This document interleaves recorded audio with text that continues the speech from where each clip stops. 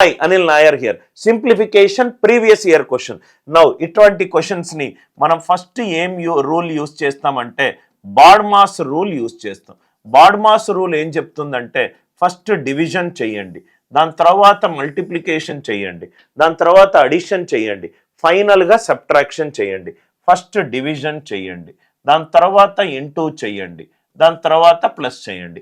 ఈజీగా మనకు ఏది ఫస్ట్ చేయాలో తెలిసినప్పుడు ప్రాబ్లం ఈజీగా సాల్వ్ అవుతుంది.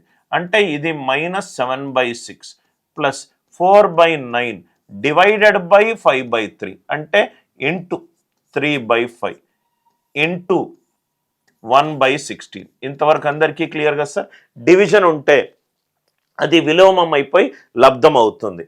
అంటే ఇది -7/6 plus 4 3s are 12, 12/9 5s are 45 into 1/16 into 1/16. ఇది ఎంత అయింది sir? 4 3s are 12, 4 4s are 16.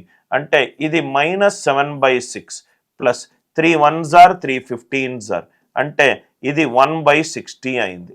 1/60 6 60 LCM తీసుకుంటే ఇది 60 కాబట్టి ఇక్కడ ఏమైంది? 6 10s are 60 -7 10s are 70 plus 1 అంటే ఇదెంత? -69/60. 69/60 అని అంటే 323s are 320s are అంటే ఈ క్వశ్చన్కి ఆన్సర్ ఏంటి సార్? -23/20. -23/20 ఎక్కడుంది? ఆప్షన్ ఏలో ఉంది. బాడ్మాస్ రూల్ అప్లికేషన్ ద్వారా ఈ క్వశ్చన్ని చాలా ఈజీగా ఆన్సర్ చేయొచ్చు.